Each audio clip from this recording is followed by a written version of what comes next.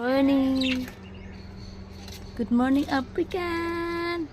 Hala, bakit nabuksan to? Andyan pa ba yung baby nyo? Ay nga.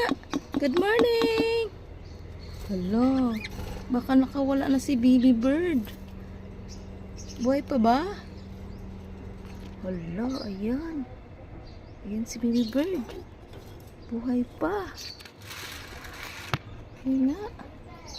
Hi baby bird, good morning. Buhay ka pa? Ay, buhay pa siya. Ay, nagbuklat na yung eyes niya. Makakain na kaya ito? Oh, ang galing-galing. Lumaki na siya. Isa lang talaga na buhay. Ay, thank you, thank you. Sana mabuhay ka pa.